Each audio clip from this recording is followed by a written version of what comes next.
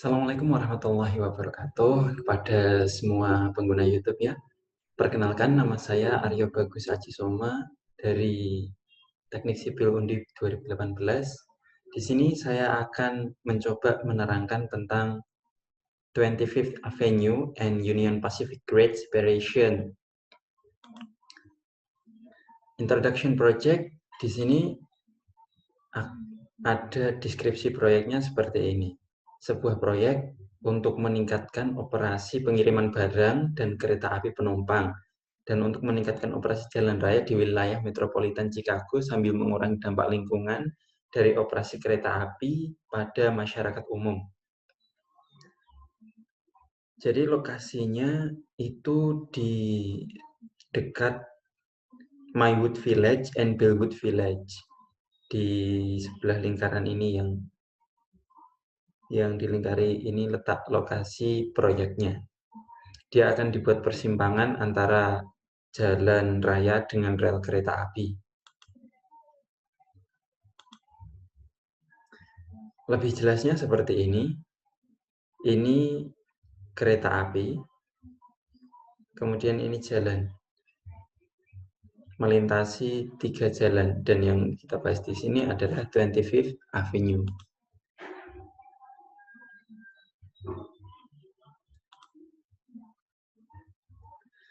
Twenty-Fifth Avenue itu merupakan jalan arteri perkotaan dengan 4 lajur ya, 4 lajur, 2 kanan dan 2 kiri. Proyek ini merupakan pemisah antara jalan arteri 25 Avenue dengan Union Pacific Railroad.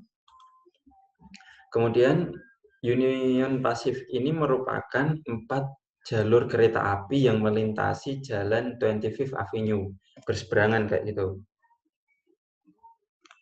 Kemudian proyek ini merupakan salah satu dari proyek GRID program serta meningkatkan kapasitas operasional.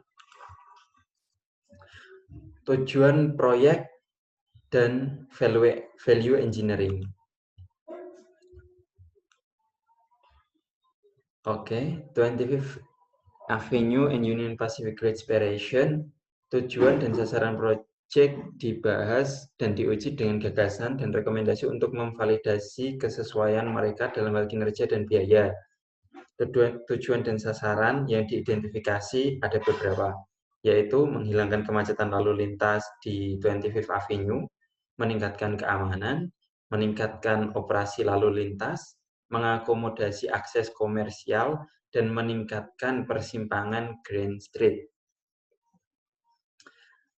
Anggota tim yang terdiri dari tim studi nilai multidisiplin ini secara umum anggota timnya itu independen dari tim pengembang proyek.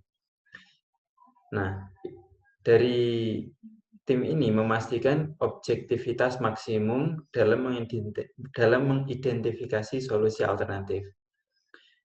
Timnya ada beberapa, ini yang tertera dalam tabel. Value Engineering Study Team. Ada Claire Anderson, Terry Butling, Ron Deverman, sebagai Railroad Operation, VE Fasilitator, Grid, PMC Project Manager, Struktur, Konstruksi, Drainase, Civil Struktur, dan lain-lain. Dalam studi VE ada beberapa kendala. Kendala diidentifikasi oleh tim VE dan tim desain. Tujuan proyek dan kendala dibahas sepanjang studi lokakarya, rekayasa nilai. Tim desain memiliki kesempatan untuk meninjau lebih lanjut dan fokus pada tujuan dan kendala yang berlaku untuk masing-masing komponen proyek. Nah, kendala yang diidentifikasi yang pertama, hindari dampak terhadap fasilitas kereta api yang ada atau direncanakan. Minimalkan dampak terhadap lalu lintas kereta api dan operasi halaman kecuali untuk malam akhir pekan. Kendala situs dan penglihatan, dan lain-lain. Identifikasi potensi resikonya. Yang pertama, kurang akses kontraktor ke lokasi konstruksi. Kemudian, reevaluasi dokumen lingkungan. Beberapa akuisisi real estate hanya memiliki komitmen verbal.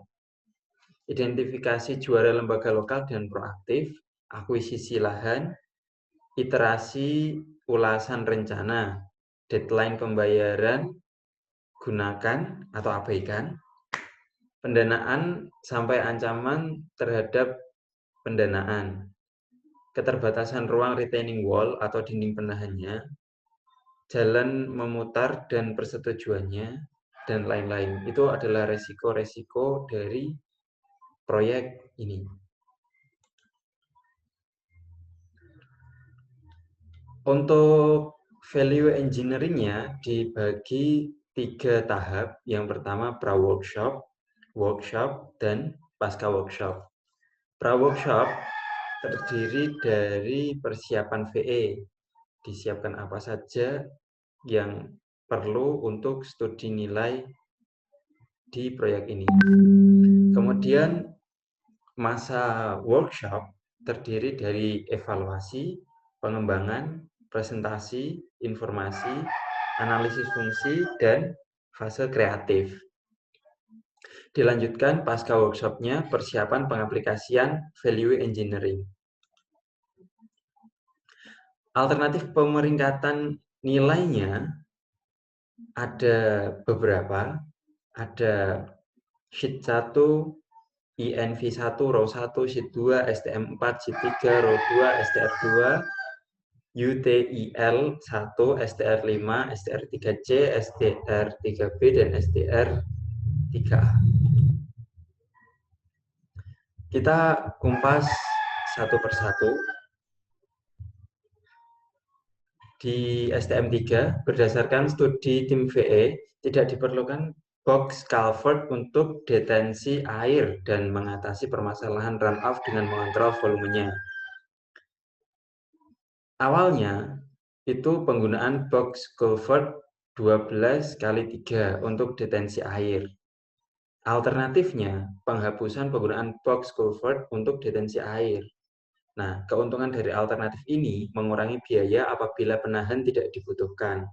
Yang kedua, mengurangi persyaratan penahan dan hasil dampaknya. Kekurangannya, kehilangan kegunaan lahan yang diperoleh apabila penahan diperlukan. Alternatif STM3 ini, original desainnya tidak membutuhkan biaya, proposed change, initial cost-nya sebesar 1,232 juta dolar dan total cost-nya 1,232 juta dolar. Ini gambaran rekomendasinya seperti ini. Kemudian alternatif STM4. Sudah terdapat pipa yang digunakan sebagai pembuangan. Rencana awal penambahan restriktor manholes tidak perlu dilakukan karena pipa tersebut sudah cukup untuk digunakan sebagai saluran pembuangan. Ide ini awalnya menggunakan penggunaan restriktor manholes untuk saluran pembangunan. Kemudian ada alternatif mengevaluasi ulang kebutuhan untuk restriktor manhole karena struktur ini besar, sulit dipasang, dan harganya itu cenderung mahal. Keuntungan dari alternatif ini, dia dapat mengurangi biaya, dan kekurangannya dianggap tidak ada. Cost dari alternatif STM4 sebesar $24.000. Ini gambaran dari rekomendasi STM4. Kemudian, alternatif STR3A. Akses truk ke combined metal setelah direvisi. Ini memungkinkan lokasi abutmen selatan dipindahkan 10 kaki ke utara dan ada ruang untuk pemindahan dermaga selatan. Sekitar 5 kaki lebih dekat ke arah kanan UPRR. Konfigurasi jembatan yang dihasilkan adalah struktur 4 batang. 100, 110, 100, dan 100. Nah, awalnya the bridge tipe studi menunjukkan abutmen selatan ditunjukkan untuk memungkinkan truk NB mengakses fasilitas combined metals. Alternatifnya, memindahkan abutmen selatan 10 kaki lebih jauh ke utara dan dermaga selatan atau Pier 1 5 kaki lebih jauh ke utara. Keuntungannya mengurangi biaya dengan kinerja yang sama dan kekurangannya dirasa tidak ada. Cost dari alternatif STR3A semuanya totalnya $271.000. Rekomendasi 3A kurang lebih seperti ini gambarannya.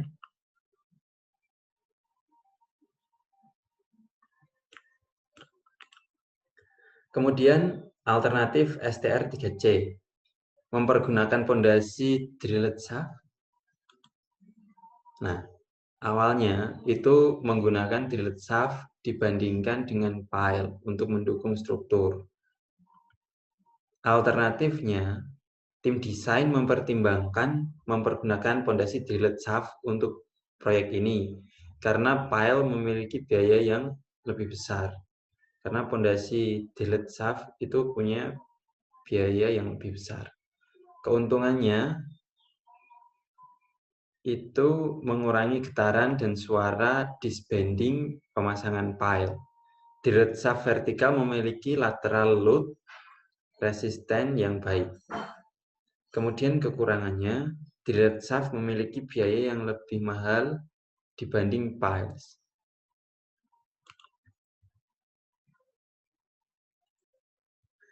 Rekomendasi STR3C. Gambarannya kurang lebih seperti ini.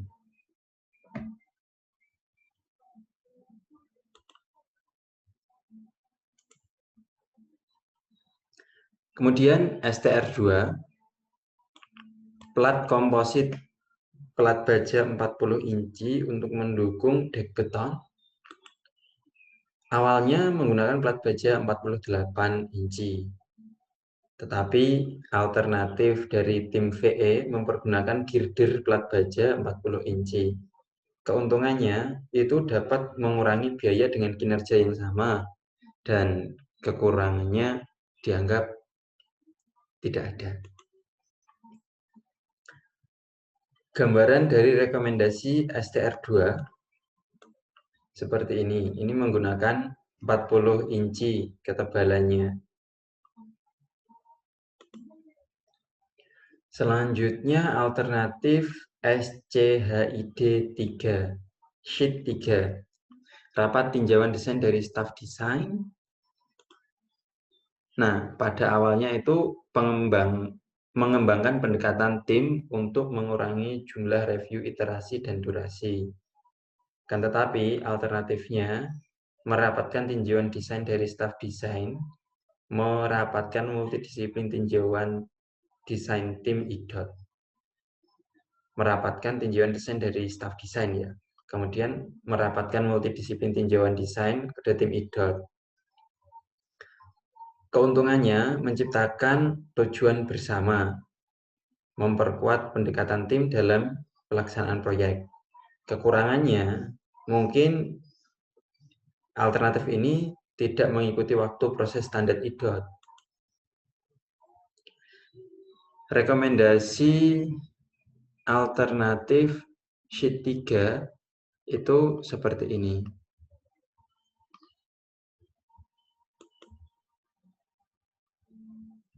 Kemudian STR3B. Awalnya menggunakan abutmen semi-integral di tempat stop abutmen. Akan tetapi ada alternatif menggunakan abutmen semi-integral untuk struktur ini. Keuntungannya, kita Memorandum IDOT Albridge Designer 12,3 pada 25 Juli 2012 mengizinkan abutmen semi-integral umur pelayanan lebih panjang dan mengurangi biaya perawatan. kekurangannya dirasa tidak ada. Alternatif STR3B. Gambaran abutmennya seperti ini.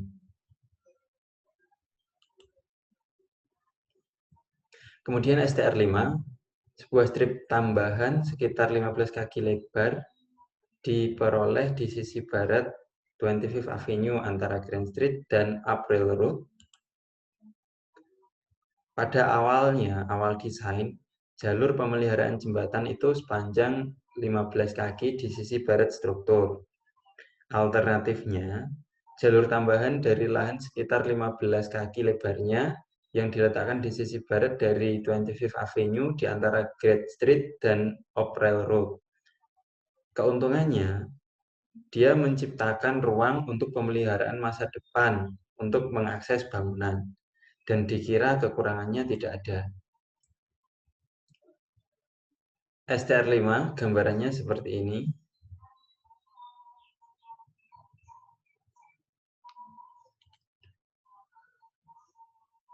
Nah, dari semua hasil studi VE, rekomendasi mulai ENV1, RO1, RO2, Sheet 1, Sheet 2, Sheet 3, STM4, STR2, STR3A, STR3B, STR3C, STR5, dan UTIL1 ada beberapa yang disetujui untuk pembahasan lebih lanjut, dan ditolak. ENV1 disetujui, RO1 disetujui untuk pembahasan lebih lanjut, RO2 disetujui, Sheet 1 disetujui, Sheet 2 disetujui, kemudian Sheet 3 ditolak. STM4 disetujui untuk pembahasan lebih lanjut, STR2 ditolak, STR3A disetujui untuk pembahasan lebih lanjut, STR3B ditolak, STR3C disetujui, STR5 ditolak, dan UTIL1 disetujui untuk pembahasan lebih lanjut. Jadi dari kesemua hasil studi VE ada 5 yang disetujui dan 4 yang ditolak. Kemudian 4-nya lagi disetujui untuk pembahasan lebih lanjut. Desain dari 25th Avenue kurang lebihnya seperti ini. Railroad-nya dia ditaruh di atas, kemudian jalan rayanya ditaruh di bawah demi mengatasi kemacetan. Desain di 28 Avenue seperti ini, dan desain di 31 Avenue seperti ini.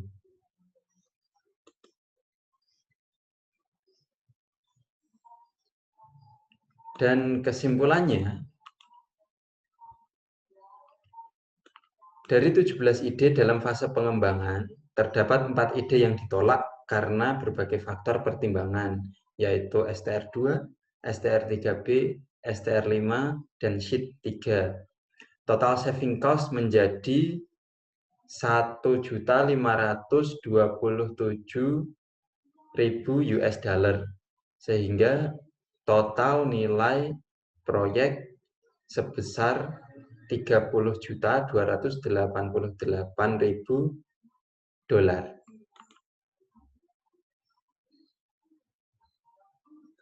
Mungkin sekian yang dapat saya sampaikan.